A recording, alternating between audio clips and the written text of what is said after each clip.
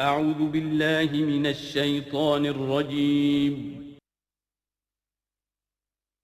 بسم اللہ الرحمن الرحیم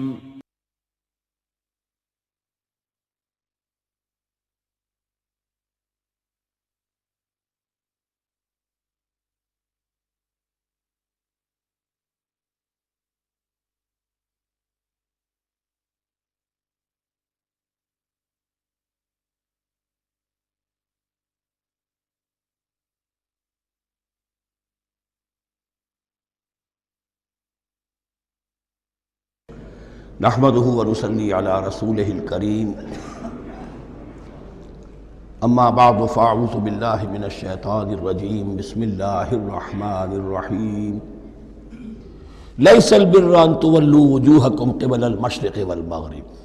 یہ آیت قرآن مجید کی اس اعتبار سے عظیم ترین آیت ہے۔ نیکی کی حقیقت کیا ہے، اس کی جڑ کیا ہے، بنیاد کیا ہے، اس کی روح کیا ہے، اس کے مظاہر کیا ہیں۔ مظاہر میں اولین شے کون سی ہے، ثانین کون سی ہے، ثالثاً کون سی ہے، اور اس پر ایک پورا علم الاخلاق جو قرآن کا ایک مکمل کتاب تصنیف کی جا سکتی ہے۔ ایتھکس، قرآنک ایتھکس کے لیے یہ آیت ایک یوں سمجھیے کہ جڑ اور بنیاد ہے۔ لیکن یہ سمجھ لیں کہ یہ آیت یہاں آئی کیوں ہے۔ پس منظر میں وہی تحویل قبلہ ابھی ہے۔ تحویل قبلہ کے 4 رکوع 15، 16، 17، 18 یہ تو سالڈ ہے۔ اس سے پہلے 14ویں رکوع میں آیت تھی للہ المشرق والمغرب فأینما تولوا فثم وجہ اللہ۔ ادھر بھی پھر اتنی آیتیں چھوڑ کر، اتنا چھوڑ کر پھر یہی لیس البر ان تولوا وجوہکم قبل المشرق والمغرب۔ نیکی یہی نہیں ہے کہ تم اپنے چہرے مشرق اور مغرب کی طرف پھیر دو۔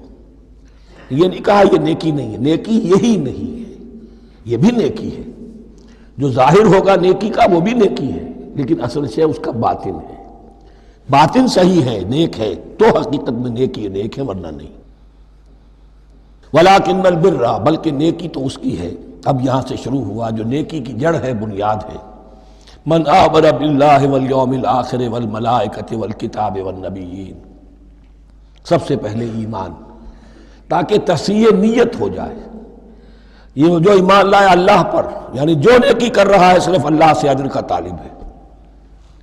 والیوم الآخر، اور قیامت کے دن پر کہ اس کا کوئی اجر دنیا میں نہیں، صرف آخرت میں مطلوب ہے۔ ورنہ آدمی سوداگری کرے، دکانداری کرے، کپڑا بیچے، کچھ اور بیچے، دین تو نہ بیچے۔ دین کا کام کر رہا ہے تو اس کے لیے سوائے اخروی نجات کے اور سوائے اللہ کی رضا کے کوئی اور شے مقصود نہ ہو۔ والملائکۃ والکتاب والنبیین، اور ایمان لایا فرشتوں پر اور کتابوں پر اور انبیاء پر۔ یہ تینوں مل کر ایک یونٹ بنتے ہیں۔ فرشتہ لایا دین، کتاب بن گئی، اور انبیاء پر آئی وہ کتاب۔ ایمان بالرسالت کا تعلق نیکی کے ساتھ یہ ہے کہ نیکی کا ایک مجسمہ تمہارے سامنے رہے، آئیڈیل، اسوہ۔ ایسا نہ ہو کہ اونچ نیچ ہو جائے۔ نیکیوں میں بھی ایسا ہوتا ہے، کوئی جذبات میں ایک طرف کو نکل گیا، کچھ جذبات میں ایک طرف کو نکل گیا۔ اس گمراہی سے بچنے کی ایک ہی شکل ہے کہ ایک مجسمہ مکمل، ایک اسوہ کاملہ سامنے ہو جس میں معتدل ہو تمام چیزیں، اور وہ ہمارے لیے اسوہ کاملہ محمد الرسول اللہ کی شخصیت ہے۔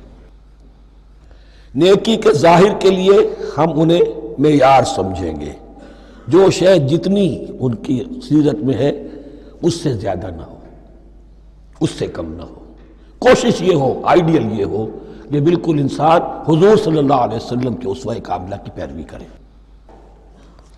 وَلَٰكِنَّ الْبِرَّ مَنْ آمَنَ بِاللَّهِ وَالْيَوْمِ الْآخِرِ وَالْمَلَائِكَةِ وَالْكِتَابِ وَالنَّبِيِّينَ وَآتَى الْمَالَ عَلَىٰ حُبِّهِ ذَوِي الْقُرْبَىٰ وَالْيَتَامَىٰ وَالْمَسَاكِينَ وَابْنَ السَّبِيلِ، اور دیا اس نے مال یا دے وہ مال اس کی محبت کے علی الرغم، علی حبہ اللہ کی طرف نہیں ہے، علی حب المال، علی الرغم مال محبوب ہے پھر بھی وہ خرچ کر رہا ہے، ذوی القربہ قرابت داروں پر، والیتامى یتیموں پر، والمساکین محتاجوں پر، وابن السبیل مسافر پر، والسائلین اور مانگنے والوں پر، وفی الرقاب اور لوگوں کی گردنیں چھڑانے میں۔ گویا کہ نیکی کے مظہر میں اولین مظہر یہ ہے انسانی ہمدردی۔ اگر یہ نہیں ہے تو نیکی نہیں ہے۔ عبادات کے انبار لگے ہوں اور دل میں شقاوت ہو، انسان کو حاجت میں دیکھ کر دل نہ پسیجے، کسی کو تکلیف میں دیکھ کر تجوری کی طرف ہاتھ نہ بڑھے حالانکہ تجوری میں مال موجود ہو، تو وہ دین کی روح سے بالکل خالی ہے۔ یا آپ سورہ آل عمران میں پڑھیں گے لن تنالوا البر حتى تنفقوا مما تحبون، تم نیکی کے مقام کو پہنچ ہی نہیں سکتے جب تک کہ خرچ نہ کرو اس میں سے جو تمہیں پسند ہے۔ جس سے طبیعت گھبرا گئی، اکتا گئی، کپڑے میں جو بوسیدہ ہو گئے وہ دے دیے، حاتم طائی کی قبر کو لات مار دی، وہ نہیں، جو شے پسند ہے اگر اس میں سے نہیں دیتے تو نیکی کو پہنچ بھی نہیں سکتے، تمہیں ہوا بھی نہیں لگے گی۔ وَأَقَامَ الصَّلَاةَ وَآتَى الزَّكَاةَ، دیکھیے نماز اور زکوٰۃ اب آ رہے ہیں۔ یہ ہے حکمت دین کہ ایک ہے روح دین، وہ ہے ایمان، اور جو اس کے مظاہر ہے، مظہر اول انسانی ہمدردی، نمبر دوم ہے پھر نماز اور زکوٰۃ، اور یہاں زکوٰۃ کو علیحدہ ذکر کیا ہے، اور اس آیت کا حضور نے حوالہ دیا ان فی المال لحقا سوی الزکاۃ۔ دیکھو کچھ لوگوں نے سمجھا بس ہم نے زکوٰۃ نکال دی تو حق ادا ہو گیا پورا، بڑی بے وقوفی ہے۔ مال میں حق ہے زکوٰۃ کے سوا بھی، اور اب آپ نے یہ آیت پڑھی، دیکھو اس آیت میں کیا ہے، زکوٰۃ کا تذکرہ بعد میں ہو رہا ہے، وَآتَ الْمَالَ عَلَىٰ حُبِّهِ ذَوِي الْقُرْبَىٰ وَالْيَتَامَىٰ وَالْمَسَاكِينَ وَابْنَ السَّبِيلِ وَالسَّائِلِينَ وَفِي الرِّقَابِ وَأَقَامَ الصَّلَاةَ وَآتَى الزَّكَاةَ۔ اس کی کیا حکمت ہے کہ ایمان کو تر و تازہ رکھنے کے لیے نماز ہے، اقم الصلاۃ لذکری، اور انسانی ہمدردی میں مال خرچ کرنے کے جذبے کو پروان چڑھانے کے لیے، برقرار رکھنے کے لیے زکوٰۃ ہے۔ اتنا تو دو نا کم سے کم، بوتل کا منہ تو کھلے، کارک تو نکلے اس کا۔ اگر بوتل کا کارک نکل جائے گا تو شاید اس میں سے کچھ شربت اور بھی نکل آئے، تو زکوٰۃ ہے تو کارک کے مانند 2.5% ہے، کیا ہے، لیکن یہ کہ اس سے پھر کچھ اور بھی نکلے گا۔ جو زکوٰۃ بھی نہیں دیتا اس نے کیا کرنا۔ وَالْمُوفُونَ بِعَهْدِهِمْ إِذَا عَاهَدُوا، اور وہ کہ جو اپنے عہد کو پورا کرنے والے ہیں جب کوئی عہد کر لیں۔ سب سے بڑا عہد اللہ سے کیا، لست بربکم قالوا بلا۔ پھر عہد شریعت کا ہے کہ جو ہم نے کیا اللہ کے ساتھ، پھر آپس میں جو بھی معاہدے ہو جائیں، اور معاملات انسانی سارے کے سارے معاہدات کی شکل میں۔ شوہر اور بیوی کا معاملہ بھی ایک معاہدہ ہے، marriage is a social contract. شوہر کی ذمہ داریاں ہیں، اس کے فرائض ہیں، بیوی کی ذمہ داریاں اس کے فرائض ہیں، شوہر کے حقوق ہیں، بیوی کے حقوق ہیں۔ پھر جو بھی امپلائر امپلائی ریلیشن شپ ہے، معاہدہ ہے، کانٹریکٹ ہے۔ جو ہمارا آپ کا پولیٹیکل سسٹم ہے وہ بھی معاہدوں کے اوپر مبنی ہے، بڑا بزنس جو ہے وہ کانٹریکٹ پہ چلتا ہے۔ تو اگر ایک چیز پیدا ہو جائے کہ جو عہد کر لیا ہے اسے پورا کرنا ہے، تو ساری اسٹریم لائننگ ہو جائے گی تمام معاملات کی۔ وَالْمُوفُونَ بِعَهْدِهِمْ إِذَا عَاهَدُوا وَالصَّابِرِينَ فِي الْبَأْسَاءِ وَالضَّرَّاءِ وَحِينَ الْبَأْسِ، اور خاص طور پر صبر کرنے والے فقر و فاقہ میں، جنگ کی حالت میں اور تکلیف میں۔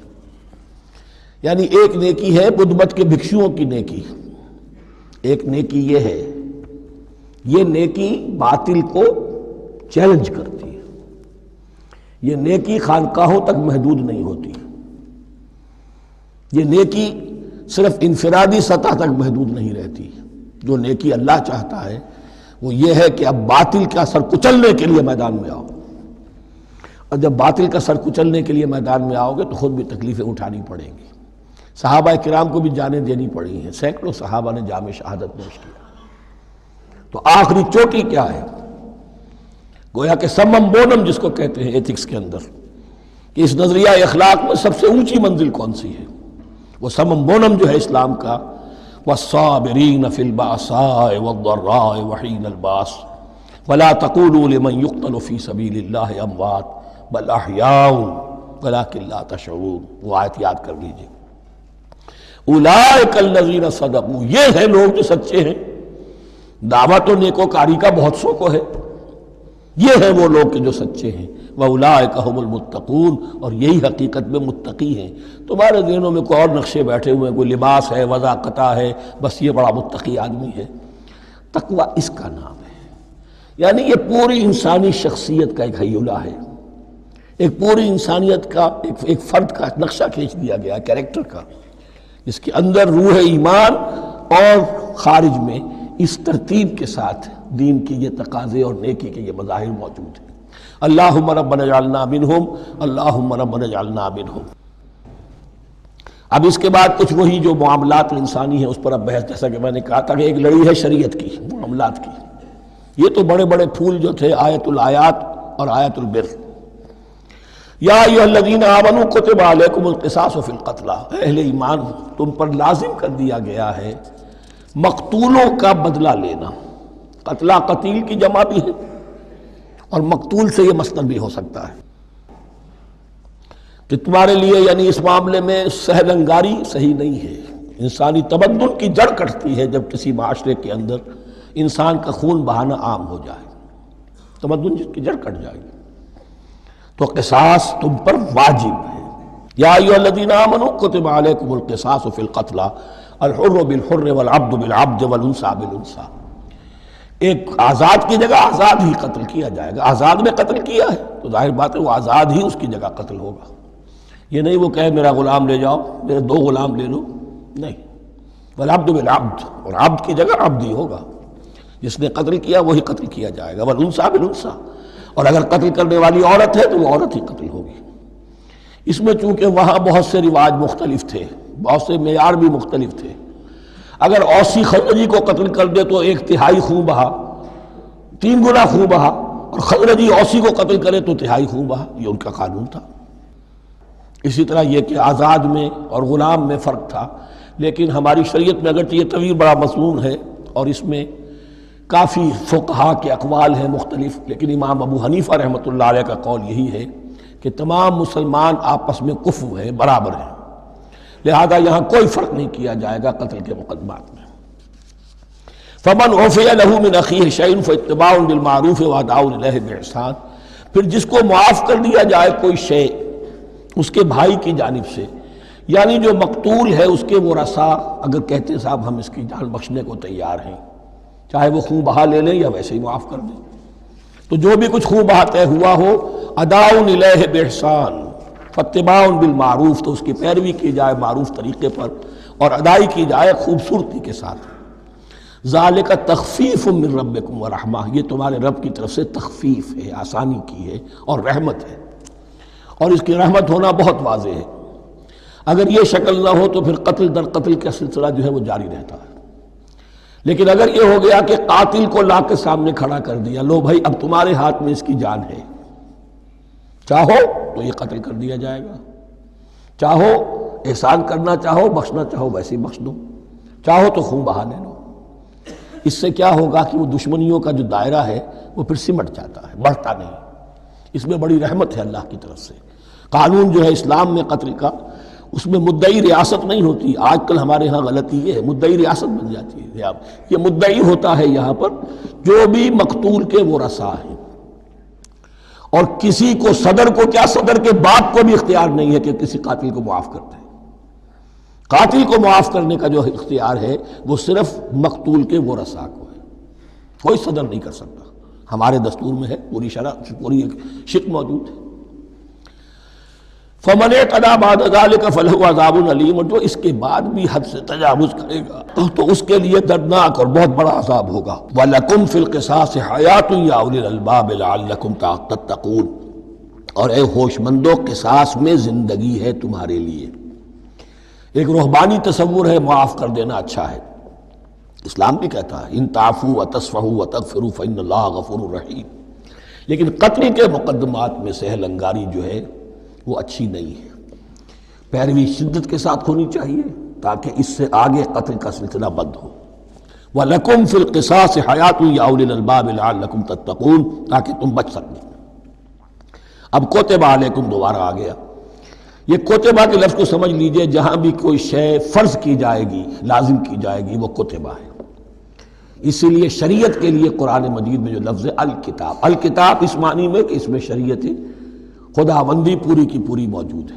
کتبہ علیکم، کتب علیکم اذا حضر احدکم الموت ان ترک خیرا الوصیۃ للوالدین والاقربین بالمعروف، تم پر واجب کر دیا گیا، فرض کر دیا گیا، جب تم میں سے کسی کی موت کا وقت آ جائے، اگر وہ کوئی خیر مال چھوڑ رہا ہو، دولت چھوڑ رہا ہو، تو اس کے لیے فرض کر دیا گیا وصیت کرنا اپنے والدین کے حق میں اور رشتہ داروں کے حق میں انصاف کے ساتھ۔ ابھی چونکہ قانون وراثت نازل نہیں ہوا تھا، یہ ابتدائی قدم اٹھایا گیا۔ وہاں ہوتا یہ تھا جو آج بھی ہندوؤں میں ہوتا ہے، جو مر گیا اس کی ساری جائیداد کا مالک جو ہے بڑا بیٹا، چھوٹے بیٹے بھی نہیں، نہ بیٹیاں نہ بیوی، کچھ نہیں، تو سارا کا سارا مال جو ہڑپ کر جاتے تھے، کسی کو کچھ نہیں۔ یہاں یہ کہ اب پہلا ابتدائی حکم دیا گیا، لیکن یہ آیت منسوخ ہو جائے گی سورہ نساء میں جب پورا قانون وراثت آ گیا، تو اب یہ آیت منسوخ شمار ہوتی ہے۔ ناسخ وہ قانون وراثت ہے جو سورہ نساء کے دوسرے رکوع میں آئے گا۔ البتہ اس کے ایک حصے کو حضور نے باقی رکھا ہے، وہ گویا کہ سنت نے اس کے ایک جز کو برقرار رکھا ہے، اور وہ جز یہ ہے کہ مرنے والا 1/3 اپنے مال کے لیے وصیت کر سکتا ہے کسی کے لیے، 1/3 سے زیادہ نہیں، اور وارث کے لیے وصیت نہیں ہوگی۔ جس کی وراثت میں حق مقرر ہو چکا ہے اس کے لیے وصیت نہیں ہوگی، وہ غیر وارث کے لیے وصیت ہوگی، کسی دینی ادارے کو دینا چاہے، کسی اور کو دینا چاہے، یتیم کو، بیوہ کو، یتیم خانے کو، ٹھیک ہے، 1/3، 2/3 میں قانون وراثت کی تنفیذ ہوگی لازماً۔ تو اس آیت کا صرف اتنا حصہ باقی رکھا ہے حضور نے صلی اللہ علیہ وسلم۔ حقاً علی المتقین، یہ اللہ کا تقوی رکھنے والوں پر حق ہے، واجب ہے کہ وہ وصیت کریں کہ ہمارے والدین کو یہ مل جائے، فلاں رشتہ دار کو یہ مل جائے، باقی جو ہے جو بھی ورثاء ہیں لے جائیں۔ فمن بدلہ بعد ما سمعہ، تو جس نے بدل دیا اس وصیت کو اس کے بعد کہ اسے سنا تھا، فإنما اسمہ علی الذین یبدلونہ، تو اس کا بوجھ، اس کا گناہ انہی پر آئے گا جو تبدیل کرتے ہیں۔ جو وصیت کرنے والا تھا وہ بری ہے، اس نے صحیح وصیت کی تھی، جس نے بعد میں اس وصیت میں تحریف کی، تبدیلی کی، اس کا وبال، اس کا بوجھ انہی پر آئے گا۔ ان اللہ سمیع علیم، یقینا اللہ سب کچھ سننے والا اور جاننے والا ہے۔ فمن خاف من موص جنفا، اب اگر کسی کو اندیشہ ہوا کہ وصیت کرنے والے نے جانبداری برتی ہے، ٹھیک وصیت نہیں کی ہے، دیانتداری کے ساتھ اس کی رائے یہ ہوئی، او اسمن، یا گناہ اس نے کمایا ہے، فاصلح بینہم، اور اب ان کے مابین صلح کرا دی، ورثاء کو جمع کیا کہ بھائی وراثت تو یہ تھی، ان کی وصیت تھی، لیکن دیکھو اس میں یہ زیادتی والی بات ہے، اگر تم مطمئن ہو جاؤ، متفق ہو جاؤ تو اس میں اتنی تبدیلی کر دی جائے ان کے اتفاق سے، فلا اسم علیہ، تو اس میں کوئی گناہ نہیں ہے، یعنی ایسی نہیں ہے یہ بات کہ اس کو وہ سینکشن اور سینکٹیٹی حاصل ہو گئی ہے، تقدس، کہ اب اس میں کوئی تبدیلی نہیں ہو سکتی۔ باہمی مشورے سے اور اچھے جذبے سے، اصلاح کے جذبے سے وصیت میں تغیر ہو سکتا ہے۔ ان اللہ غفور الرحیم، یقیناً اللہ تعالی بخشنے والا ہے، رحم فرمانے والا۔ اب لڑی آ گئی دوسری عبادت والی، عبادت میں صوم۔ جہاں تک نماز کا ذکر ہے تو وہ تو مکی صورتوں میں اس کا بے تحاشا مرتبہ ذکر موجود ہے، لیکن یہاں جو ہے معاملہ صوم، اس سے پہلے مکی دور میں صوم کا کہیں کوئی تذکرہ ہی نہیں، نہ عربوں میں اس کا رواج تھا۔ یہ لفظ بھی عربی زبان میں تھا گھوڑوں کے لیے، گھوڑے روزہ رکھتے تھے، رکھتے کیا تھے بیچارے، انہیں رکھوایا جاتا تھا، چونکہ عربوں کا جو معاملہ تھا وہ لوٹ مار، غارت گری، اور اس کے لیے انہیں چاہیے تیز رفتار سواری، جاؤ حملہ کرو، لوٹو مارو اور بھاگو۔ اونٹ جو ان کی فضا اور ان کے ماحول کے لیے مناسب تھا، وہ زیادہ تیز دوڑ نہیں سکتا، اپنی اس ضرورت کے لیے گھوڑا چاہیے تھا۔ گھوڑے میں عرب کا سخت موسم برداشت کرنے کی عادت نہیں، نازک جانور ہے، وہ پیاسا تو نہیں رہ سکتا 7 دن تک جیسے کہ اونٹ رہ سکتا ہے، بھوکا نہیں رہ سکتا، وہ لو کے تھپیڑے نہیں برداشت کر سکتا، لہذا عرب اس کو رکھواتے تھے روزہ، کھانا پینا بند کیا اور اس کے جو ہے منہ کر کے کھڑے ہو گئے جب گرم تیز ہوا چل رہی ہے، خود تو اپنے آپ کو لپیٹ لیا اپنے گھٹنے میں، گھترا کہلاتا ہے وہ جو بھی کپڑا اوپر ہوتا ہے، اور وہ اس گھوڑے کو جو ہے وہ ساری آگ اس پر برس رہی ہے تاکہ اس میں عادت پیدا ہو جائے جھیلنے کی، برداشت کرنے کی، تو جنگ کے موقع پر کہیں یہ دغا نہ دے جائے۔ اگر یہ ہمت ہار گیا تو اس کا تو کیا کیا جائے گا، تو اصل میں سوار ہے جو مارا گیا۔ یہ روزہ ان کے ہاتھ تھا، لیکن جب حضور آئے مدینے میں تو یہاں یہود میں روزے کا رواج تھا، وہ ایک تو عاشورہ کا روزہ رکھتے تھے، اس لیے کہ وہ تاریخ تھی جس میں کہ نجات ملی تھی بنی اسرائیل کو فرعونیوں سے۔ پہلے یہ کہ ہر مہینے میں 3 روزے، اب اگر 30 کے 30 روزے ایک ہی مہینے میں فرض کر دیے گئے ہوتے اور وہ ہوتے جون جولائی کے تو جان نکل جاتی۔ بہترین تدبیر یہ کی گئی ہر مہینے میں، اور یہ موسم سارے آ رہے ہیں اس میں۔ پھر کچھ عرصے کے بعد یہ رمضان کا روزہ فرض کیا گیا۔ پہلا جو روزہ تھا 3 دن کا، اس میں یہ بھی تھی اجازت کہ جو اگر مسافر نہیں ہے، بیمار بھی نہیں ہے، طاقت رکھتا ہے روزہ رکھنے کی، پھر بھی روزہ نہ رکھے تو اس کا فدیہ یہ ہے کہ 1 مسکین کو کھانا کھلائے۔ علی الاطلاق تھا یہ۔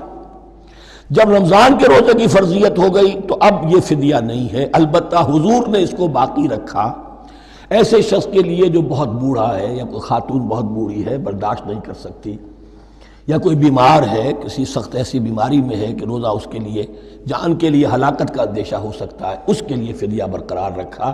عام طور پر صحت مند شخص جو مسافر بھی نہ ہو اس کے لیے یہ رعایت ختم ہو گئی۔ یہ ہے ان آیات کی تعبیر جس پر میں پہنچا ہوں، اور بہت پہلے پہنچ گیا تھا، لیکن چونکہ اکثر مفسرین نے یہ بات نہیں لکھی ہے تو میں جھجکتا رہا، لیکن بعد میں مجھے معلوم ہوا کہ مولانا انور شاہ کاشمیری رحمۃ اللہ علیہ کی رائے یہی ہے، تو مجھے اعتماد ہو گیا۔ اور پھر مجھے اس کا ذکر جو ہے یہ تفسیر کبیر میں امام راضی کے ہاں بھی مل گیا کہ متقدمین کے ہاں یہ رائے موجود تھی کہ پہلی 2 آیتیں جو ہیں اس روزے سے متعلق یہ رمضان کے روزے سے متعلق نہیں ہیں، بلکہ وہ 3 ہر مہینے کی 13، 14 اور 15 ایام 20 کے روزے حضور نے بعد بھی رکھے ہیں نفلاً، لیکن شروع میں یہ 3 روزے رکھنے کا حکم دیا گیا تھا۔ پہلی 2 آیتیں اس 6 آیتوں پر مشتمل رکوع، اور یہ ایک عجیب مقام ہے۔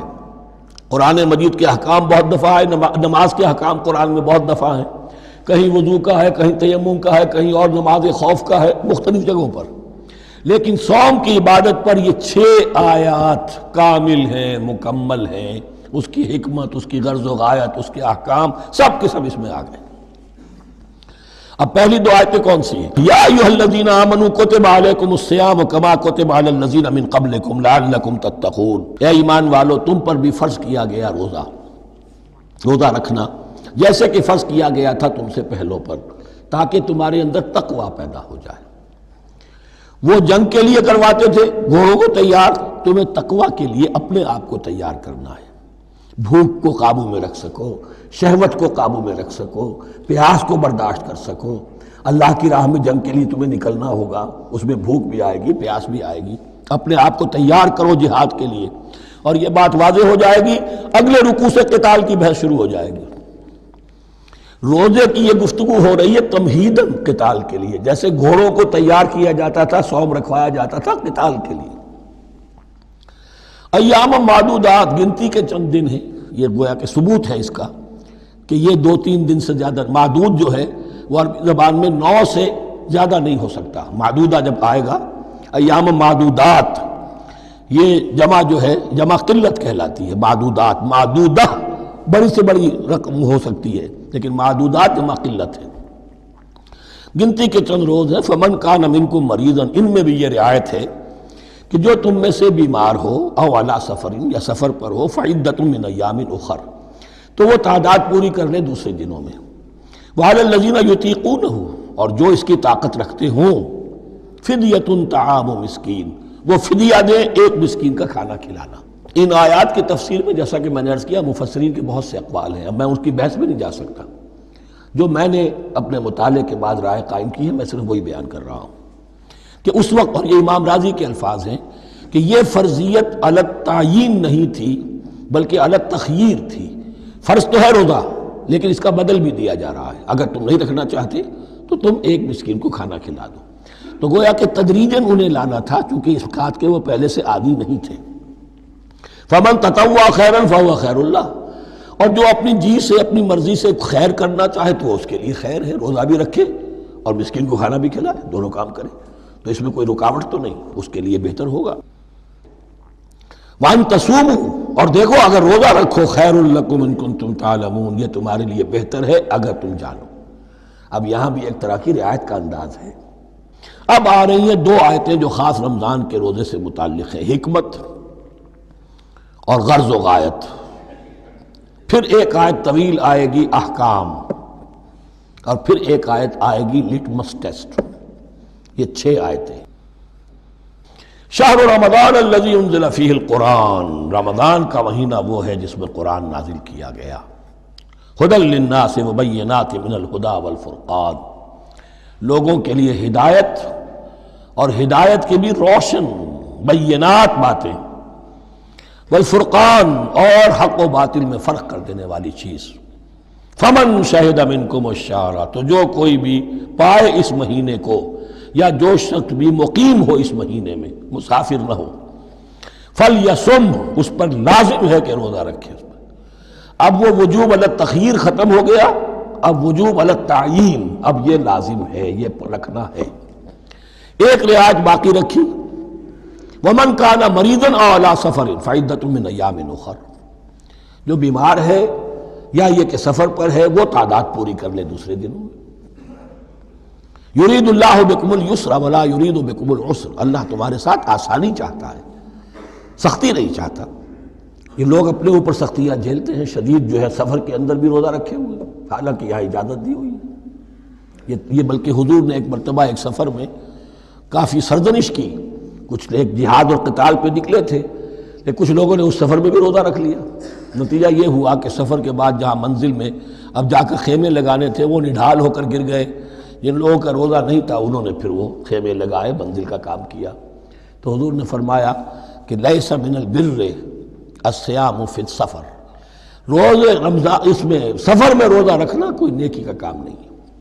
لیکن ہمارا تصور اور ہے، 105 بخار چڑھا ہوا ہے، روزہ نہیں کھولوں گا میں، روزہ تو میں نے رکھا ہوا ہے، یا روزہ تو میں نہیں چھوڑوں گا۔ حالانکہ جہاں رعایت اللہ کی ہے اس رعایت سے فائدہ نہ اٹھانا ایک طرح کا کفران نعمت ہے۔ وَلِتُكْمِلُوا الْعِدَّةَ، لیکن تمہیں عدت اور تعداد اب پوری کرنی ہوگی۔ وہ جو تھی ایک رعایت کہ فدیہ دے کر فارغ ہو جاؤ، وہ نہیں ہے۔ وَلِتُكَبِّرُوا اللَّهَ عَلَىٰ مَا هَدَاكُمْ، اور تاکہ تم تکبیر کرو اللہ کی اس پر کہ جو اس نے ہدایت تمہیں عطا فرمائی۔ وَلَعَلَّكُمْ تَشْكُرُونَ، اور تاکہ تم شکر کر سکو اس نعمت عظمیٰ کا جو قرآن حکیم کی شکل میں تمہیں دی گئی ہے۔ اس موضوع پر میرا کتابچہ عظمت صوم اور عظمت صیام و قیام قرآن، اس میں یہ سارے مضامین تفصیل سے آئے ہیں، کیا حکمت ہے، کیا غرض و غایت ہے، کیا مقصد ہے، اور آخری منزل کیا ہے، وَإِذَا سَأَلَكَ عِبَادِي عَنِّي فَإِنِّي قَرِيبٌ۔ مطلوب تو یہ ہے کہ تمہارا جو یہ جسم حیوانی ہے یہ کچھ کمزور پڑے، روح ربانی جو تم میں پھونکی گئی ہے اسے تقویت حاصل ہو۔ جن میں روزہ رکھو، اس حیوانی وجود کو ذرا کمزور کرو، دباؤ اس کے تقاضوں کو، رات کو کھڑے ہو جاؤ، اللہ کا کلام سنو اور پڑھو، تاکہ تمہاری روح کی آبیاری ہو، اس پر حیات، آب حیات کا ترشح ہو۔ نتیجہ کیا نکلے گا؟ تمہارے اپنے اندر سے ایک پیاس ابھرے گی، وَإِذَا سَأَلَكَ عِبَادِي عَنِّي فَإِنِّي قَرِيبٌ، تقرب الی اللہ کا جذبہ پیدا ہوگا۔ تو اے نبی، جب میرے بندے، ایسے بندے آپ سے میرے بارے میں سوال کریں، ان کو بتا دیجئے میں قریب ہوں، دور نہیں ہوں۔ یہ حقوق انسانی کا میرے نزدیک دنیا میں سب سے بڑا میگنا کارٹا ہے۔ اللہ اور بندے کے درمیان کوئی فصل نہیں ہے، فصل اگر ہے تو تمہاری اپنی خباثت ہے، اگر تمہاری نیت میں فساد ہے، حرام خوری تو کرنی ہی کرنی ہے، تو اب کس منہ سے اللہ سے دعا کرو گے؟ پھر جاؤ گے کسی پیر کے پاس، آپ دعا کر دیجئے، یہ نذرانہ حاضر ہے؟ یہ طریقہ کیا ہے؟ انسان کا نفس حائل ہے اور کوئی نہیں، ورنہ ہم تو مائل بے کرم ہیں، کوئی سائل ہی نہیں، راہ دکھنا ہے کسی رہنوی منزل ہی نہیں، کوئی پوپ نہیں، کوئی پنڈت نہیں، کوئی پادری نہیں، کوئی پیر نہیں، کوئی نہیں، جب چاہو اللہ سے ہم کلام ہو جاؤ۔ اس سے بڑا حق کیوں خالق و مخلوق میں حائل رہے پردے؟ پیران کلیسا کو کلیسا سے اٹھا دو، میرا ہر بندہ جب چاہے جہاں چاہے مجھ سے ہم کلام ہو جائے۔ ہاں شرط ہے اس کی، وہ شرط آگے آ رہی ہے، اجیب دعوت الداعی اذا دعان، میں تو ہر پکارنے والے کی پکار سنتا ہوں، اور سنتا نہیں جواب دیتا ہوں، اور صرف جواب نہیں دیتا، قبول کرتا ہوں۔ اجابت میں یہ تینوں چیزیں موجود ہیں۔ اور اذا دعان، جہاں مجھے پکارے جب پکارے، there and then میں موجود ہوں۔ لیکن شرط کیا ہے؟ فَلْيَسْتَجِيبُوا لِي، انہیں بھی تو میرا کہنا ماننا چاہیے، یہ یک طرفہ بات نہیں ہوگی۔ فاذکرونی اذکرکم، تم مجھے یاد رکھو گے تو میں تمہیں یاد رکھوں گا۔ یہ دو طرفہ معاملہ ہے۔ تم شکر کرو گے میں تمہاری قدردانی کروں گا، تم میری طرف چل کر آؤ گے میں بھاگ کر آؤں گا، تم بارش برآؤ گے میں ہاتھ بڑھاؤں گا، لیکن تم رخ موڑ لو گے ہم بھی رخ موڑ لیں گے۔ ہماری تو غرض نہیں ہے، غرض ہے تو تمہاری۔ تم رجوع کرو گے ہم بھی رجوع کر لیں گے، تم توبہ کرو گے ہم اپنی نظر کرم پھر تمہاری طرف متوجہ کر دیں گے۔ لیکن ہر چیز ان تنصروا اللہ ینصرکم، اللہ کی مدد کرو گے تو اللہ تمہاری مدد کرے گا۔ تمہاری دوستیاں ہو، پینگے بڑھا رہے ہو اللہ کے دشمنوں کے ساتھ، ساز باز ہو اللہ کے دشمنوں کے ساتھ، اور کھڑے ہو جاؤ قنوت نازلہ میں اللہ سے مدد مانگنے کے لیے، تم سے بڑا بے وقوف کون ہوگا؟ پہلے اللہ کی طرف رخ تو کرو، اللہ سے اپنا معاملہ درست کرو۔ ہاں اس میں کوئی یہ شرط نہیں ہے کہ پہلے ولی کامل اس وقت توبہ کرو خلوص نیت سے اور سارے پردے ہٹ جائیں گے، لیکن خلوص نیت کے ساتھ توبہ۔ وَإِذَا سَأَلَكَ عِبَادِي عَنِّي فَإِنِّي قَرِيبٌ أُجِيبُ دَعْوَةَ الدَّاعِ إِذَا دَعَانِ فَلْيَسْتَجِيبُوا لِي وَلْيُؤْمِنُوا بِي لَعَلَّهُمْ يَرْشُدُونَ أُحِلَّ لَكُمْ لَيْلَةَ الصِّيَامِ الرَّفَثُ إِلَىٰ نِسَائِكُمْ۔ اب یہ ہے احکام کی آیت، بڑی طویل ہے، کیونکہ یہود کے ہاں شریعت میں روزہ جو ہے شروع ہو جاتا تھا شام کو ہی، اور رات بھی روزے میں شامل تھی، تو تعلق زن و شو بھی نہیں ہو سکتا، اور کوئی سحری وحری کا تصور نہیں تھا، جیسے ہی سوئے رات شروع روزہ شروع، اب اگلے دن تک غروب آفتاب تک روزہ رہے گا۔ ہمارے ہاں روزے میں نرمی کی گئی ہے، ایک تو یہ کہ رات کو اس سے خارج کر دیا، روزہ دن کا ہے، اور رات کے وقت تعلق زن و شو بھی ہے، کھانا پینا بھی ہے، جو پابندیاں روزے کی ہیں وہ سب اٹھ گئی۔ لیکن ہو یہ رہا تھا کہ لوگ سمجھ رہے تھے کہ شاید وہی جو احکام ہیں یہود کے ہاں شاید وہی ہمارے ہاں بھی ہیں، اس لیے وہ ایسا بھی ہوتا تھا اپنے جذبات میں بیویوں سے مقاربت کرتے تھے، لیکن دل میں سمجھتے تھے کہ ہم نے غلط کام کیا ہے۔ یہاں اب ان کو اطمینان دلایا جا رہا کہ نہیں، أُحِلَّ لَكُمْ لَيْلَةَ الصِّيَامِ الرَّفَثُ إِلَىٰ نِسَائِكُمْ، حلال کر دیا گیا ہے تمہارے لیے روزے کی راتوں میں اپنی بیویوں کے پاس جانا۔ ہن لباس لکم وانتم لباس لہن، وہ پوشاک ہے تمہارے لیے، تم پوشاک ہو ان کے لیے۔ بڑا بلیغ کنایا ہے یہ، جیسے لباس میں اور جسم میں کوئی پردہ نہیں ہے، لباس ہی تو پردہ ہے نا، لباس میں اور جسم میں تو کوئی پردہ نہیں، ایسے ہی بیوی میں اور شوہر میں کوئی پردہ نہیں۔ ہن لباس لکم وانتم لباس لہن۔ ویسے بھی انسان کے اخلاق کی حفاظت کرنے والی، مرد کے اخلاق کی حفاظت کرنے والی بیوی ہے، بیوی کے اخلاق کی حفاظت کرنے والا مرد ہے۔ وہ مجھے اقبال کا شعر یاد آ رہا تھا، تعلیم نئی ہو کہ پرانی، نسوانیت زن کا نگہباں ہے فقط مرد، نہ پردہ نہ تعلیم نئی ہو کہ پرانی، نسوانیت زن کا نگہباں ہے فقط مرد۔ بہرحال ایک دونوں کے لیے وہ ایک ضرورت بھی ہے، ان کی پردہ پوشی بھی کرتے ہیں ایک دوسرے کی، اور اس طریقے سے لباس کی جو ہے اس میں کنایا کیا گیا۔ علم اللہ انکم کنتم تختانون انفسکم، اللہ کے علم میں ہے کہ تم اپنے آپ کے ساتھ خیانت کر رہے تھے، ایک کام کر رہے تھے جو گناہ نہیں ہے، لیکن تم سمجھتے تھے گناہ ہے، تو اپنے آپ سے خیانت ہو گئی کہ نہیں؟ اصلاً وہ گناہ نہیں تھا لیکن تمہارے علم میں نہیں تھا، لیکن تم یہ سمجھتے ہوئے بھی کہ یہ ممنوع ہے، اس کا ارتکاب کر رہے تھے۔ علم اللہ انکم کنتم تختانون انفسکم فتاب علیکم، تو اللہ نے تم پر نظر رحمت فرمائی، وعفا عنکم، اور بخش دیا، معاف کر دیا، جو بھی خطائیں ہو گئی ہیں وہ سب کے سب معاف سمجھو۔ فالآن باشروہن، اب ان کے ساتھ جو بھی تعلق زد و شے ہے وہ قائم کرو، وابتغوا ما کتب اللہ لکم، اور تلاش کرو، حاصل کرو جو کچھ اللہ نے تمہارے لیے لکھ دیا ہے۔ کیا لکھ دیا؟ ایک تو اولاد تعلق زد و شو میں، اور ایک سکون ہے کہ جو اللہ تعالیٰ نے اس میں رکھا ہے، لِتَسْكُنُوا إِلَيْهَا، قرآن مجید میں یہ الفاظ آئے، ایک تسکین ہے، سکون ہے، اعصاب کا تناؤ جو ہے وہ اس کے بعد جو ہے اس کے اندر ایک سکون کی کیفیت پیدا ہو جاتی ہے۔ اور یہی اس میں حکمت ہے کہ حضور اپنے ہر سفر میں ہم ایک زوجہ محترمہ کو ضرور ساتھ رکھتے تھے، اس لیے کہ قائد کو، سپہ سالار کو کسی وقت بڑی ایسی یعنی پریشان کن صورتحال میں فیصلے کرنے پڑتے ہیں، جذبات پر دباؤ ہوتا ہے اور اعصاب پر دباؤ ہوتا ہے، تو ساتھ اگر کوئی اہلیہ بھی موجود ہو تو اس میں اور اس کے بہترین مواقع سیرت میں آئے ہیں، وہ پھر کسی وقت میں بیان کروں گا۔ وَابْتَغُوا مَا كَتَبَ اللَّهُ لَكُمْ وَكُلُوا وَاشْرَبُوا حَتَّى يَتَبَيَّنَ لَكُمُ الْخَيْطُ الْأَبْيَضُ مِنَ الْخَيْطِ الْأَسْوَدِ مِنَ الْفَجْرِ، اور کھاؤ اور پیو یہاں تک کہ واضح ہو جائے تمہارے لیے سفید دھاری فجر کی سیاہ دھاری سے۔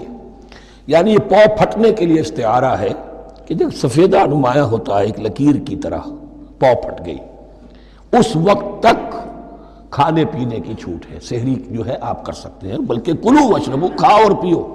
اور اس کی حدیث میں تاکید آئی ہے، اور یہ بھی فرمایا ہمارے اور یہود کے روزے کے مابین سحری جو ہے وہ فرق ہے۔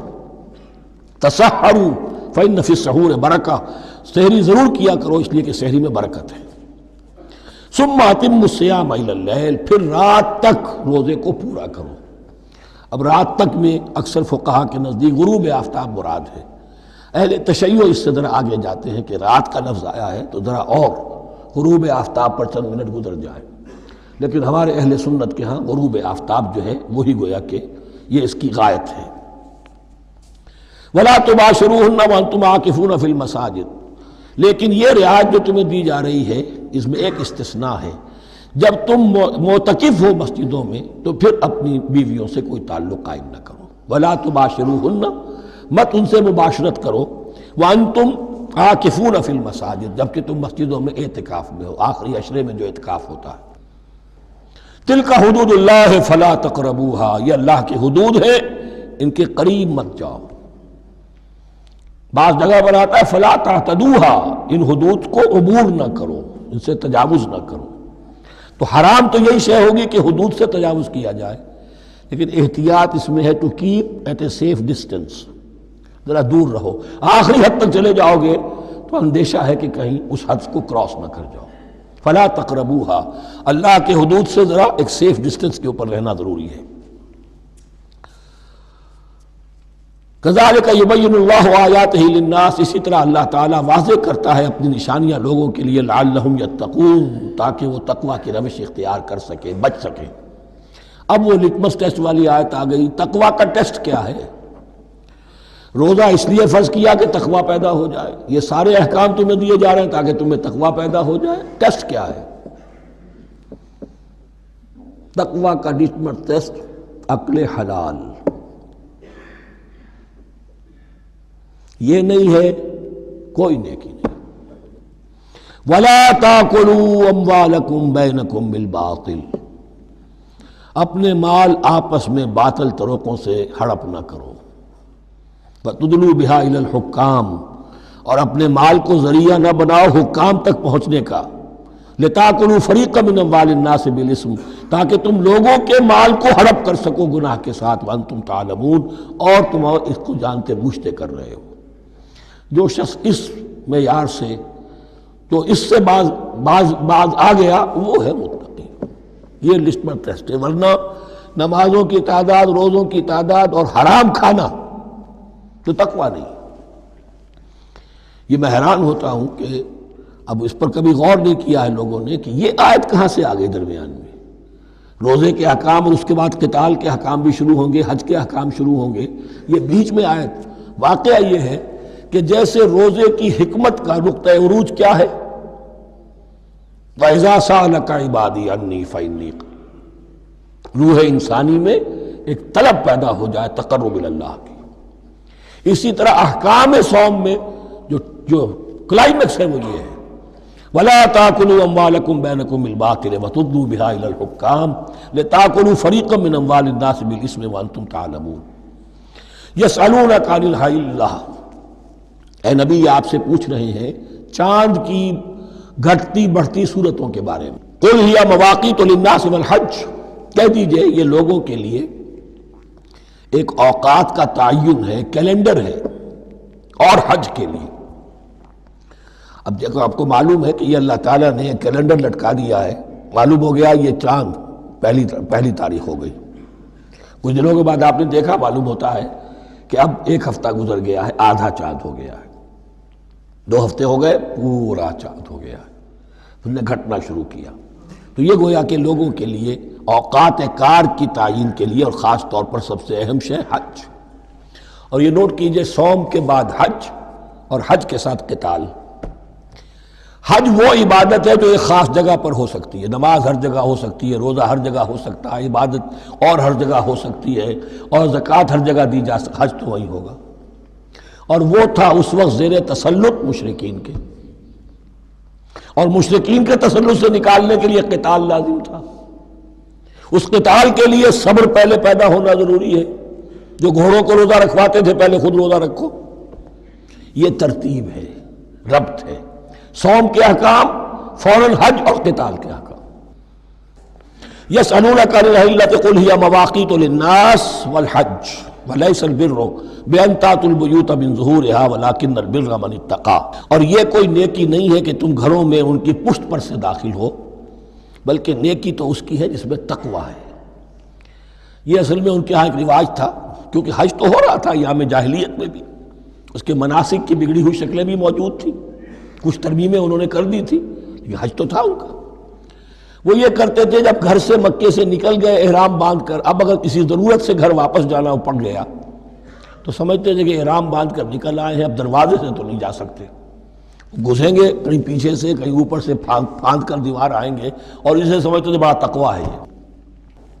فرمایا یہ کوئی نیکی کی بات نہیں، یہ سرے سے نیکی نہیں۔ وَلَيْسَ الْبِرُّ، یہ ہرگز نیکی نہیں ہے، أَن تَأْتُوا الْبُيُوتَ مِن ظُهُورِهَا، کہ تم ان کے گھروں میں داخل ہو ان کے پچھواڑے سے، وَلَكِنَّ الْبِرَّ مَنِ اتَّقَىٰ۔ اب یہاں اس پوری آیت کو ذہن میں رکھ لیجئے، آیت البر کے آخر میں لفظ تھا وَأُولَٰئِكَ هُمُ الْمُتَّقُونَ وَلَكِنَّ الْبِرَّ مَنِ اتَّقَىٰ۔ گویا کہ وہ پورا تصور جو ہے یہاں پر جو آیا بر میں آ چکا ہے، اس کو اس لفظ کے حوالے سے اس پورے تصور کو پھر آپ کے ذہن میں تازہ کر دیا۔ وَأْتُوا الْبُيُوتَ مِنْ أَبْوَابِهَا، گھروں میں داخل ہو ان کے دروازوں سے، وَاتَّقُوا اللَّهَ لَعَلَّكُمْ تُفْلِحُونَ، اور اللہ کا تقوی اختیار کرو تاکہ تم فلاح پاؤ۔ وَقَاتِلُوا فِي سَبِيلِ اللَّهِ الَّذِينَ يُقَاتِلُونَكُمْ، لیجئے قتال آ گیا۔ اب یہ تیسری کڑی آ گئی نا، ایک لڑی عبادات کی، ایک لڑی معاملات کی، ایک لڑی انفاق کی، ایک لڑی قتال کی، یہ چوتھی کڑی ہے۔ وَقَاتِلُوا فِي سَبِيلِ اللَّهِ الَّذِينَ يُقَاتِلُونَ، اللہ قتال کرو اللہ کی راہ میں ان سے جو تم سے قتال کر رہے ہیں۔ وَلَا تَعْتَدُوا، لیکن حد سے تجاوز نہ کرو۔ إِنَّ اللَّهَ لَا يُحِبُّ الْمُعْتَدِينَ، اللہ تعالی حد سے تجاوز کرنے والوں کو پسند نہیں کرتا۔ وَاقْتُلُوهُمْ حَيْثُ ثَقِفْتُمُوهُمْ، انہیں قتل کرو جہاں بھی پاؤ۔ وَأَخْرِجُوهُمْ مِنْ حَيْثُ أَخْرَجُوكُمْ، اور نکالو انہیں وہاں سے جہاں سے انہوں نے تمہیں نکالا ہے۔ مہاجرین کہاں سے نکالے گئے تھے؟ مکے سے۔ محمد الرسول اللہ پر وہاں پر حیات تنگ کر دی گئی تھی، قافیہ تنگ کر دیا گیا تھا، تبھی تو آپ نے ہجرت کی۔ نکالو انہیں وہاں سے جہاں سے انہوں نے تمہیں نکالا ہے۔ وَالْفِتْنَةُ أَشَدُّ مِنَ الْقَتْلِ، اور یہ خیال نہ رہے کہ قتل اور خون ریزی جو ہے تو بری بات ہے، فتنہ اس سے بھی زیادہ بری بات ہے۔ فتنہ کیا ہے؟ ایسے حالات جن میں کہ انسان اللہ خدائے واحد کی بندگی نہ کر سکے، اسے غلط کاموں پر مجبور کیا جائے، حرام خوری پر مجبور ہو گیا ہو، یہ سارے حالات فتنہ ہیں۔ تو قتل اور خون ریزی اتنی بری شے نہیں ہے جتنی فتنہ۔ وَالْفِتْنَةُ أَشَدُّ مِنَ الْقَتْلِ وَلَا تُقَاتِلُوهُمْ عِنْدَ الْمَسْجِدِ الْحَرَامِ حَتَّى يُقَاتِلُوكُمْ فِيهِ، ہاں مسجد حرام وہ چونکہ اسے تو امن کی جگہ بنا دیا گیا ہے، ان سے جنگ مت کرو مسجد حرام کے پاس جو بھی حرم کا علاقہ ہے۔ حتیٰ یقاتلوکم، یہاں تک کہ وہ خود تم سے قتال کریں اس میں۔ فَإِن قَاتَلُوكُمْ، پھر اگر وہ تم سے قتال کرتے ہیں، جنگ کرتے ہیں، فَاقْتُلُوهُمْ، تو قتل کرو انہیں۔ كَذَلِكَ جَزَاءُ الْكَافِرِينَ، یہی بدلہ ہے کافروں کا۔ وَفَإِنِ انتهوا فَإِنَّ اللَّهَ غَفُورٌ رَحِيمٌ، اگر وہ باز آ جائے تو اللہ غفور اور رحیم ہے۔ وَقَاتِلُوهُمْ حَتَّى لَا تَكُونَ فِتْنَةٌ وَيَكُونَ الدِّينُ لِلَّهِ۔ اب جب یہ جنگ کا مرحلہ شروع ہو گیا ہے دعوت محمدی کے سلسلے میں صلی اللہ علیہ وسلم، تو مسلمانوں جان لو، ایک دور تھا 12-13 برس تک تمہیں حکم تھا کفو ایدیکم، مارے کھاؤ ہاتھ نہ اٹھاؤ۔ اب یہ نیا دور ہے، آ گیا ہے، تمہاری دعوت و تحریک جو ہے وہ نئے دور میں داخل ہو گئی ہے۔ اب جب تمہاری تلواریں نیام سے باہر آ گئی ہیں، اب یہ نیام میں نہ جائیں جب تک کہ فتنہ بالکل ختم نہ ہو جائے اور دین اللہ ہی کے لیے ہو جائے، اللہ کا دین قائم ہو جائے۔ یہ آیت دوبارہ آئے گی اور زیادہ نکھری ہوئی شان کے ساتھ سورہ انفال میں، وَقَاتِلُوهُمْ حَتَّى لَا تَكُونَ فِتْنَةٌ وَيَكُونَ الدِّينُ كُلُّهُ لِلَّهِ، دین کل کا کل، جز نہیں۔ دین کی بالادستی پوری انسانی زندگی پر، انفرادی بھی اجتماعی بھی، اور اجتماعی کے بھی سارے پہلو، politico socio economic system totally وہ اللہ کے احکام کے تابع ہو۔ وَقَاتِلُوهُمْ حَتَّى لَا تَكُونَ فِتْنَةٌ وَيَكُونَ الدِّينُ لِلَّهِ فَإِنِ انْتَهَوْا فَلَا عُدْوَانَ إِلَّا عَلَى الظَّالِمِينَ، پھر اگر وہ باز آ جائیں، صلح چاہے تو ٹھیک ہے، پھر ظالموں کے اوپر جو ہے سوائے ظالموں کے کسی پر زیادتی جائز نہیں۔ الشہر الحرام بالشہر الحرام، حرمت والا مہینہ بدلہ ہے حرمت والے مہینے کا، والحرمات قصاص، اور حرمات کے اندر بھی بدلہ ہے۔ فَمَنِ اعْتَدَىٰ عَلَيْكُمْ فَاعْتَدُوا عَلَيْهِ بِمِثْلِ مَا اعْتَدَىٰ عَلَيْكُمْ، تو جو کوئی بھی تم پر زیادتی کرتا ہے، دست درازی کرتا ہے، تو تم بھی اس کے خلاف کارروائی کرو، اقدام کرو جیسے کہ اس نے تم پر زیادتی کی۔ وَاتَّقُوا اللَّهَ، اور اللہ کا تقوی اختیار کرو۔ وَاعْلَمُوا أَنَّ اللَّهَ مَعَ الْمُتَّقِينَ، اور یہ جان لو کہ اللہ ساتھ ہے متقیوں کے، یعنی اللہ کی تائید، نصرت، اس کی مدد آئے گی اہل تقوی کے۔ اب دیکھیے وہ تیسری کڑی یہاں بہت چھوٹی سی آئی ہے، قتال کی ذرا زیادہ بڑی کڑی آ گئی ہے اور یہ چھوٹی سی کڑی آ رہی ہے۔ قتال کے لیے لازم ہے انفاق بھی۔ جنگ کیسے ہوگی اگر فوج کے لیے ساز و سامان نہ ہو، رسد کا اہتمام نہ ہو، ہتھیار نہ ہو، سواریاں نہ ہو، کیسے ہوگی جنگ؟ وَأَنفِقُوا فِي سَبِيلِ اللَّهِ وَلَا تُلْقُوا بِأَيْدِيكُمْ إِلَى التَّهْلُكَةِ، خرچ کرو اللہ کی راہ میں اور مت ڈالو اپنے آپ کو اپنے ہاتھوں ہلاکت میں۔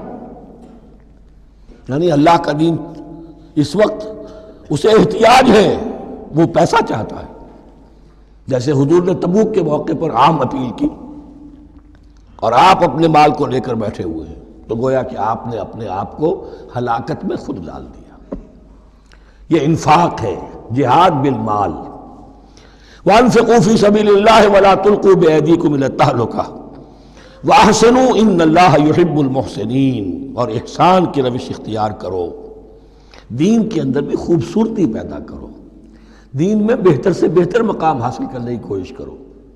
ہمارا معاملہ کیا، دنیا میں آگے سے آگے اور دین میں پیچھے سے پیچھے۔ دین میں یہ دیکھیں گے اس سے کم پر گزارا ہو سکتا ہو، کوئی اور شے ہو کہ جس میں اس سے کم سے بھی بات پوری ہو جائے، دین میں یہ ہوگا، اور دنیا میں آگے سے آگے ہے جستجو کہ خوب سے ہے خوب تر کہاں۔ تو اگر یہ جستجو دنیا میں ہے، اس سے بڑھ کر دین میں ہونی چاہیے۔ فاستبقوا الخیرات، نیکیوں میں ایک دوسرے پر بازی لے جانے کی کوشش کرو۔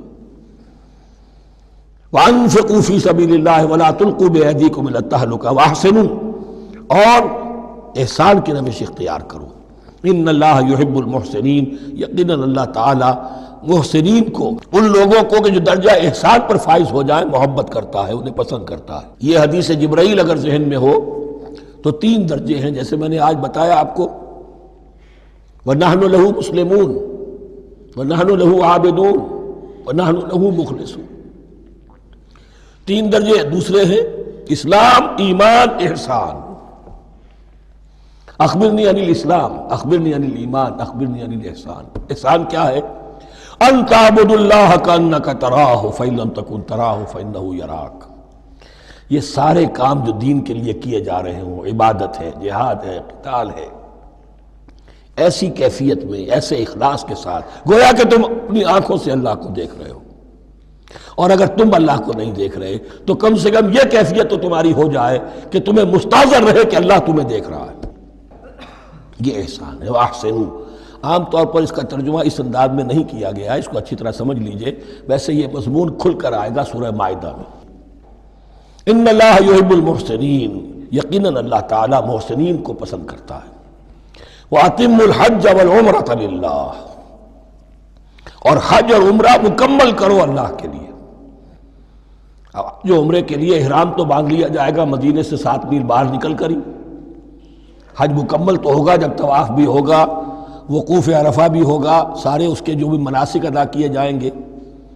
لیکن یہ کہ جو شخص بھی نیت کر لے حج کی یا عمرے کی، تو پھر اسے مناسب کو مکمل کرنا چاہیے، کوئی کمی نہ رہے۔ فَإِنْ أُحْصِرْتُمْ، اگر تمہیں گھیر لیا جائے، روک دیا جائے، جیسے کہ سن 6 میں ہو گیا، صلح حدیبیہ کرنی پڑی، مشرکین مکہ اڑ گئے، نہیں داخل ہونے دیں گے۔ اگر تمہارا گھیراؤ ہو جائے فمستیسر من الہدی، تو جو بھی تم قربانی پیش کر سکو پیش کر دو۔ یہ دم احصار کہلاتا ہے کہ چونکہ اب ہم آگے نہیں جا سکتے، یہی ہمیں احرام کھولنا پڑ رہا ہے، تو دم احصار، یہ خون، یہ جو جانور اللہ کے نام پر ہم دے رہے ہیں، یہ اس کی ایک طرح کا کفارہ ہے۔ وَلَا تَحْلِقُوا رُؤُوسَكُمْ حَتَّى يَبْلُغَ الْحَدْيُ مَحِلَّهُ، اور اپنے سر اس وقت تک نہ مونڈو جب تک کہ وہ ہدی کا جانور جو ہے وہ محل تک، یعنی جو بیت الماء جہاں پر جا کر ذبح ہونا ہے وہاں پہنچ نہ جائے۔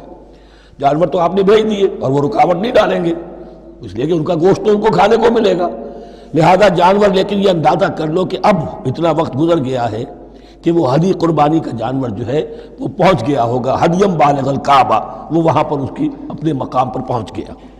فمن کان منکم مریضا او بہ اذی من راسہ، تو جو کوئی بھی تم میں سے ہو بیمار یا اس کے سر میں کوئی تکلیف ہو، کوئی زخم ہو، اور اس کی وجہ سے یہ ہے کہ وہ حجامت کرانی ضروری ہو جائے، بال کاٹنے ضروری ہو جائیں، ففدیۃ من صیام او صدقۃ او نسک، تو پھر فدیہ دینا پڑے گا۔ اگر اس ہدی کے جانور کے کعبے تک پہنچنے سے پہلے تمہیں اپنے بال کاٹنے پڑے، حجامت کرانی پڑی، تو فدیہ ہوگا۔ یہ جو ہے دم جنایت کہلاتا ہے، یعنی ایک جو کمی رہ گئی ہے اس کی تلافی کے لیے۔ وہ سیام بھی ہے، روزے 3 دن کے، او صدقۃ او نسک، یا پھر یہ ہے کہ کوئی قربانی ہے، ایک جانور قربان کیا جائے، دم جنایت اس کو کہتے ہیں، یا صدقہ کیا جائے، 6 افراد کو کھانا کھلایا جائے۔ فَإِذَا أَمِنْتُمْ، پھر جب تمہیں امن حاصل ہو اور تم سیدھے جا سکتے ہو، بیت اللہ پہنچ سکتے ہو، فَمَنْ تَمَتَّعَ بِالْعُمْرَةِ إِلَى الْحَجِّ فَمَا اسْتَيْسَرَ مِنَ الْهَدْيِ، تو جو کوئی بھی فائدہ اٹھائے عمرے سے، حج سے قبل، فَمَا اسْتَيْسَرَ مِنَ الْهَدْيِ، تو وہ ایک اور قربانی پیش کرے جو بھی اسے میسر ہو۔ اب یہ سمجھ لیجئے کہ حضور کی بعثت سے پہلے عرب میں رواج یہ تھا کہ ایک سفر میں حج بھی کرنا، عمرہ بھی کرنا ان کے نزدیک حرام تھا، یہ توہین تھی کعبے کی۔ حج کے لیے 3 مہینے، شوال، ذوالقعدہ، ذی الحج، اور رجب کا مہینہ ان کے ہاں طے تھا عمرے کے لیے۔ عمرے کے لیے علیحدہ سفر کرو، اس کے لیے علیحدہ سفر کرو۔ لیکن شریعت محمدی میں جو آسانیاں کی گئی ہیں وہ یہ ہیں کہ ایک شخص، چونکہ اس ملت کو پھیلنا تھا بہت طویل علاقے پر، لوگوں کے لیے سفر آسان تو نہیں تھا، تو آپ ایسا کر سکتے ہیں کہ آپ جائیں اور عمرہ بھی کر لیں، حج بھی کر لیں۔ ایک شکل یہ ہے کہ عمرہ کیا، احرام کھول دیا، اور پھر حج کا وقت آیا 8ویں ذی الحج کو، تو پھر احرام باندھا، وہ حج کا احرام ہو گیا، اسے کہتے ہیں تمتع۔ ایک یہ ہے کہ حج کے لیے احرام باندھا تھا، جاتے ہی عمرہ بھی کر لیا لیکن احرام کھولا نہیں، اسی احرام میں جاری رکھ کر اسے، اور اسی میں حج بھی کر لیا، یہ قران کہلاتا ہے، جمع کر دیا ایک ہی احرام میں عمرے کو بھی اور حج کو بھی۔ ایک افراد کہلاتا ہے، بس ایک کے لیے صرف حج کا معاملہ شروع سے۔ تو یہاں تمتع کی جو ہمیں اجازت دی گئی ہے اس کے لیے، جسے دم شکر کہتے ہیں حضرت امام ابو حنیفہ، یہ شکرانہ ہے کہ ہم ایک قربانی دیں، لیکن امام شافعی کے نزدیک یہ بھی دم جنایت ہے، یہ بھی جبر ہے۔ چنانچہ امام ابو حنیفہ کے نزدیک یہ قربانی جو دی جاتی ہے اس کا گوشت قربانی دینے والا بھی کھا سکتا ہے 1/3 کے درجے میں، لیکن امام شافعی کے نزدیک نہیں، یہ ایک صدقے کے اور اس کے دم جنایت کے قریب کی شے ہے، اس کا گوشت جو ہے قربانی دینے والا خود نہیں کھا سکتا۔ فَمَن لَّمْ يَجِدْ، اب اگر کسی کے پاس نہیں ہے یہ ہدیہ پیش کرنے کو، فَصِيَامُ ثَلَاثَةِ أَيَّامٍ فِي الْحَجِّ، تو اب اس پر لازم ہے کہ حج میں 3 روزے رکھے، 7ویں، 8ویں اور 9ویں ذی الحج کو روزہ رکھے غیر ایام حج میں۔ 10ویں کا روزہ نہیں ہو سکتا، وہ عید کا دن ہے، یوم النحر ہے۔ وَسَبْعَةٍ إِذَا رَجَعْتُمْ، اور 7 روزے رکھو جبکہ تم واپس چلے جاؤ، اپنے گھروں میں جا کر 7 روزے رکھو۔ تِلْکَ عَشَرَةٌ کاملہ، یہ 10 روزے ہوں گے مکمل۔ ذَلِكَ لِمَن لَّمْ يَكُنْ أَهْلُهُ حَاضِرِ الْمَسْجِدِ الْحَرَامِ، لیکن یہ رعایت کہ حج اور عمرہ ایک ہی سفر میں کر لیا جائے اور ایک ہی احرام میں کر لیا جائے یا 2 احراموں میں کیا جائے، یا یہ کہ ان دونوں کو جمع کرنے کی شکل جو ہے، یہ ایک رعایت ہے کن کے لیے؟ ذَلِكَ لِمَن لَّمْ يَكُنْ أَهْلُهُ حَاضِرِ الْمَسْجِدِ الْحَرَامِ، جس کے اہل و عیال مسجد حرام کے قریب نہیں رہتے، دور سے آ رہے ہیں، تو ظاہر بات ہے کہ ان کے لیے رعایت ہوگی۔ وَاتَّقُوا اللَّهَ، اللہ کا تقوی اختیار کرو، وَاعْلَمُوا، اور جان لو، ان اللہ شدید العقاب، یقیناً اللہ تعالیٰ سزا دینے میں بھی بہت سخت ہے۔